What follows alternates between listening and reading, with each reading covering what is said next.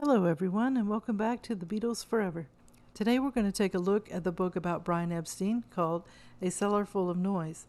Brian wanted someone to ghostwrite his memoirs, and he decided on Derek Taylor, who was a showbiz journalist.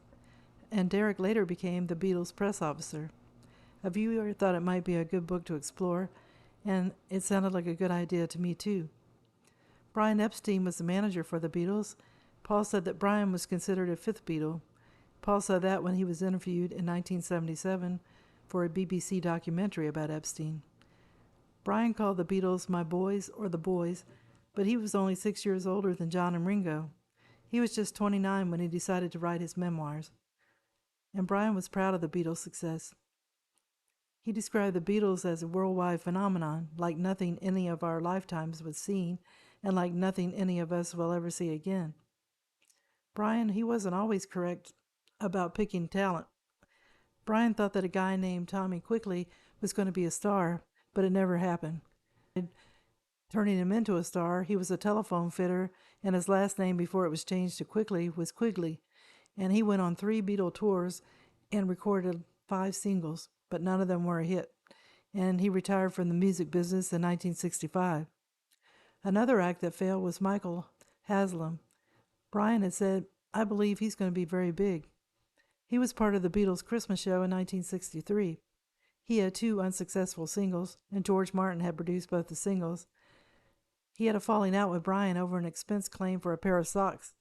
In 1966, he went back to the tannery job he had held before. His fellow workers welcomed him back with a banner that said, "Welcome back, Mike, top of the flops." So I don't think that was very nice. Brian, he wore a Burberry raincoat. He had well-polished shoes, gold cufflinks, a monogrammed shirt, and a Christian Dior silk tie or a polka dot cravat. Brian spoke to Derek and told him that he had an uneasy childhood and a troubled adolescence. He told him that his darkest secret was he was gay.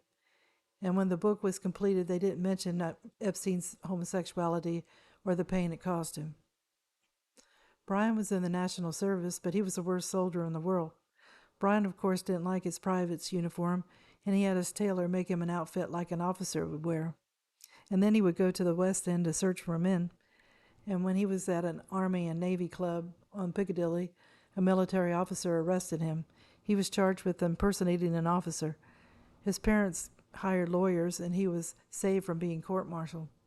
He was discharged for being emotionally and mentally unfit. So John Lennon, when he heard about Brian's memoir, he said to Brian, "Why don't you call it Queer Jew?" And when Brian said he was going to call it A Cellarful of Noise, John said he would be better off calling it A Cellar Full of Boys. There's differences between Brian and the Beatles. When the Beatles became successful, Brian admired them. He felt that they were everything he could never be. Brian said that the Beatles were direct, unself-conscious, good-natured, uninhibited human relationships that he hadn't found and he wanted. Brian said he could help them, and they wanted his help, and they trusted him to help.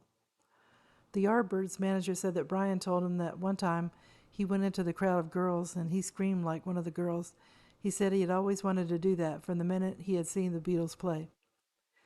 John, Paul, George, and Ringo went wild at times, and they behaved foolishly at times, but they went on. They were survivors.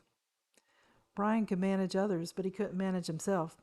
He took drugs, uppers, downers, acid, heroin, coke. He was more reckless than the Beatles were about it, and he was known to gamble away 20,000 pounds in a single night. Brian was attracted to men who stole from him, beat him up, and blackmailed him.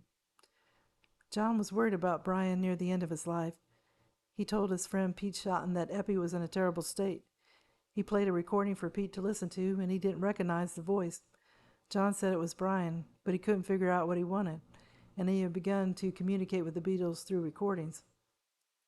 When Brian died in 1967, he had written 2 suicide notes in the Cellarful of Noise book, and these notes were written 2 weeks before his life ended. His psychiatrist said that the patient was homosexual but was unable to come to terms with his problem.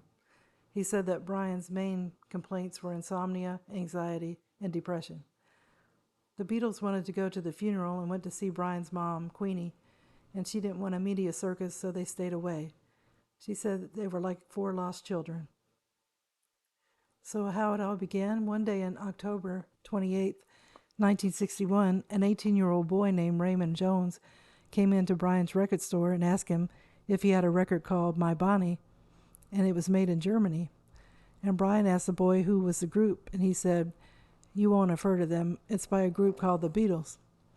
Two girls came in later and asked for the same thing. Brian started calling around and found out that the Beatles were in a band from Liverpool. A girl told Brian that the Beatles were playing in a club called the Cavern and that they were the greatest. And when Brian entered the club, he walked up to a girl to ask about the Beatles, and she hissed and said, "The Beatles are going on now." So Brian saw them on stage, and he wasn't impressed by their appearance. He said they were not very tidy and not very clean.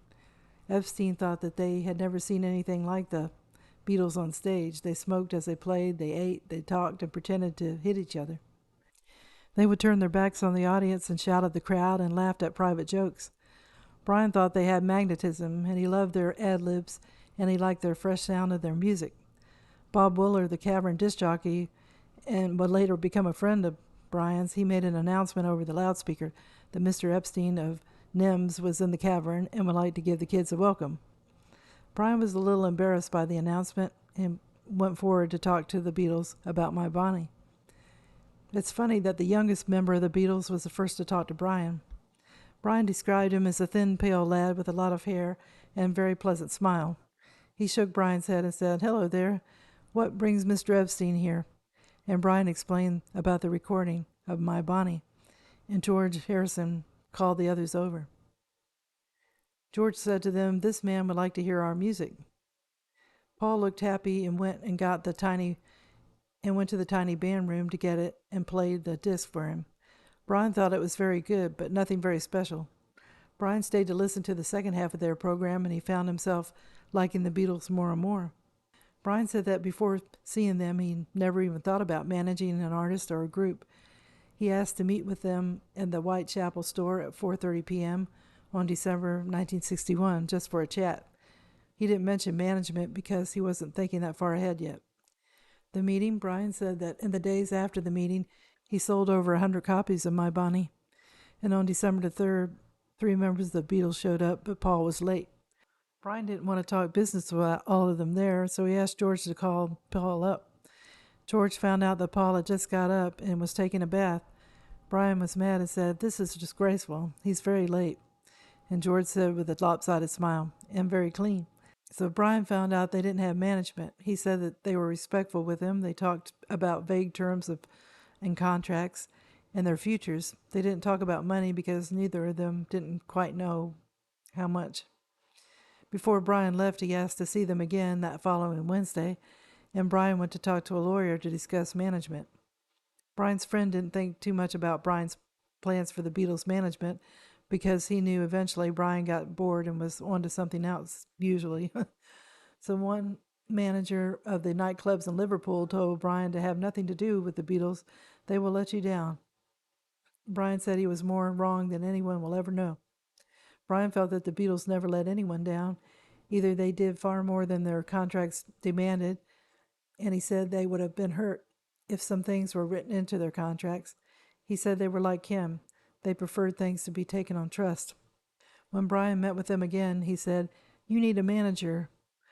And he asked, "Would you like me to do it?" No one said anything for a moment, but then John said yes. The others nodded, and Paul asked Brian, "Will it make much difference to us? I mean, it won't make any difference to the way we play." And Brian said, "Of course not." Everyone looked at each other, and John said, "Right then, Brian, manage us now. Where's the contract? I'll sign it." Brian didn't know what a contract looked like, so he sent away for a sample contract, and he showed it to the Beatles, and when they met the following Sunday at the Casbah, a beat club at the home of Pete Best. Next, Brian thought they should have a record producer listen to them. Mike Smith from Decca went to the Cavern in 1961, and he was knocked out by them. Brian didn't tell the Beatles at first, but when he did, they got excited. They had an audition at Decca on New Year's Day 1962, and what a way to start a new year. And they went to London and stayed at the Royal Hotel, and they all celebrated with a scotch and a Coke, and it became a Beatle drink. When they got there at 11 a.m., Mike Smith was late, and they were all annoyed with that. They were anxious to start recording, and they also felt like they were being treated like people who didn't matter.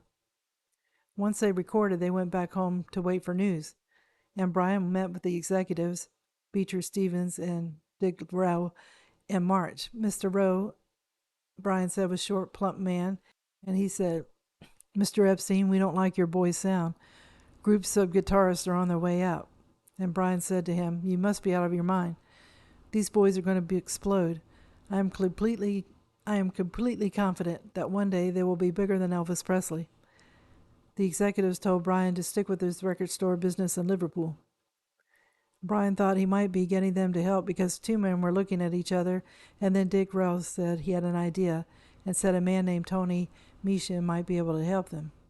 He was an A&R man with Decca, and he said to Brian that if they gave him $100, he would give his experience, and they could use a studio. So Brian didn't like the idea of paying him that, but he thought he should do it because they were still a tad interested.